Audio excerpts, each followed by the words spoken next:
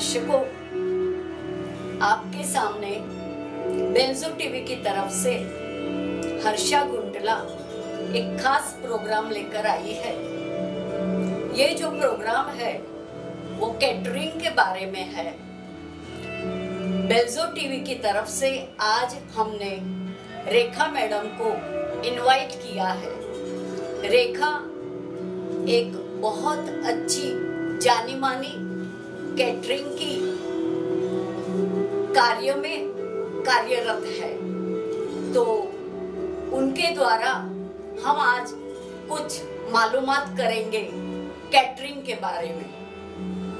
तो here is Mrs Rekha.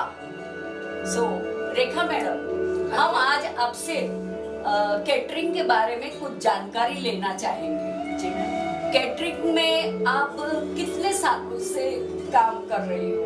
Ji ma'am, मुझे 7-8 साल हुए कैटरिंग में। 7-8 सालों में आपने बॉम्बे में ही खाली कैटरिंग के लिए काम किया है या फिर आउट ऑफ बॉम्बे? कहाँ तक बॉम्बे भी गई हूँ मैं हैदराबाद गई हूँ, अच्छा, छत्तीसगढ़ गई हूँ। ओके। बड़ौदा, अहमदाबाद, बहुत जगह। तो वहाँ पर तो आपको 2-4 दिन रुकना भी पड़ता होगा। रुकना पड़ता है ना मुझे। तो आपको वहाँ आउट ऑफ बॉम्बे के अनुभव तो ठीक है, लेकिन आउट ऑफ बॉम्बे आप जाते हो तो आपको कोई मुसीबतों का सामना करना पड़ता है। क्या अनुभव आते हैं आपको कैटरिंग के बारे में? बहुत बहुत बहुत बड़ा अनुभव है। हाँ, तो थोड़ा सा बताइए उसके बारे में। मतलब बताऊंगी मैं जी उसके बारे में। हाँ, अगर मैं बताना चाहती हूँ कि मैं बड़ौदा एक बार गई थी। ओके। तो वहाँ पे हम लोगों के साथ काफी बुरा व्यवहार हुआ था।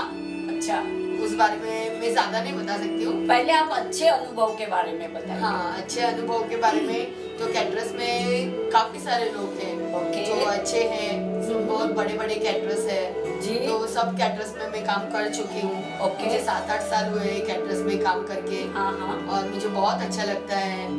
तो हैदराबाद भी आप गई हो? हाँ, तो हैदराबाद का अनुभव आपका क्या बोलता है? नहीं, अच्छा था। हैदराबाद का अनुभव अच्छा तो है। वहाँ की खान पान की व्यवस्था किस प्रकार रहती है? खान पान की व्यवस्था जैसे हम लोग पहले तो हम लोगों को वहाँ पे रेसिडेंट के लिए रखते हैं, होटल्स वगैरह में हम लोग के लिए बुक करते हैं जी। फिर अच्छा खाना पीना रहता है, रहना रहता है। नहीं, और जैसे अगर काम पे गए हैं, जैसे हमारी ड्यूटी स्टार्ट होती है तो वहाँ पे हम कैटरर्स का ही खाना खाते हैं। नहीं, लेकिन वहाँ अरेंजमेंट किस प्रकार की रहती है? बुफे टाइप रहता है? बुफे टाइप भी रहता है, किसी को जैसे चाहिए वैसे रखते हैं। और आइटम्स कैसी रहती है? आइटम्स तो बहुत सारी रहते हैं मैम, जैसे जिसको वैसा हमारी हर एक कैटरर्स के अलग अलग रेट के हिसाब से रहता है। हाँ। प्लेट्स रेट के हिसाब से रहता है। हाँ। प्लेट्स के ऊपर रहता है। तो कम से कम कितनी रेट वाले? कम से कम है तो कम से कम में 450-550 तक की कम से कम है। और आज ज्यादा से ज्यादा 3,700 रुपीज।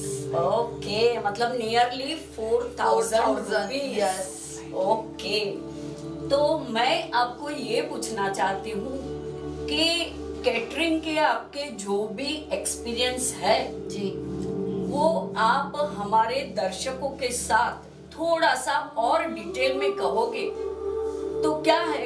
कुछ औरतें या लड़के भी इसी कार्य में ज्वाइन होना चाहते हैं, तो उनको भी थोड़ा नॉलेज मिल जाए तो अच्छा रहेगा। आप थोड़ा मतलब नॉलेज इस प्रकार दीजिए कि आप यदि कैटरिंग के लिए बाहर गांव जाती हो तो आपकी रहन सहन की व्यवस्था हो जाती है, रिजर्वेशन ये वो सारी बातें एकदम फटाक से हो जाती है कि आपको बार बार फॉलो अप करना पड़ता है कैटरिंग वालों को?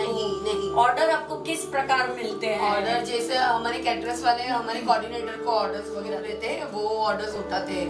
अच्छा, मतलब पहले आप कोऑर्डिनेटर को अप्रोच करते हो और कोऑर्डिनेटर रियल कैटरर को अप्रोच करती है जी मैम। अच्छा, तो वाया काम करती हूँ। और बॉम्बे में जब भी आप कैटरिंग में काम करते हो तो वहाँ पे डांस वगैरह प्रोग्राम दिखाए जाते हैं, फिर आते ही वेलकम करने के लिए कुछ स्प्रे वगैरह डाला जाता है, तो ये सारी अरेंजमेंट के लिए बारे में कुछ बताओ ना। इवेंट वाले करते हैं ना मैम, उसमें तो कैटरर्स का कुछ मतलब है ही नहीं। आप लोगों का सिर्फ खाना पीना का रहता है। अच्छा। और हम लोगों का जैसे मैं तो PRO हूँ, पब्लिक रिलेशन ऑफिसर। तो वहाँ तक पहुँचने से पहले आपने कैटरिंग का काम तो किया ही होगा। कैटरिंग का मीन्स कैटरिंग का वही, हाँ। जैसे शेफ गर्ल रहते हैं सबसे पहले स्टार्टिंग में, जो खाना परोसते हैं।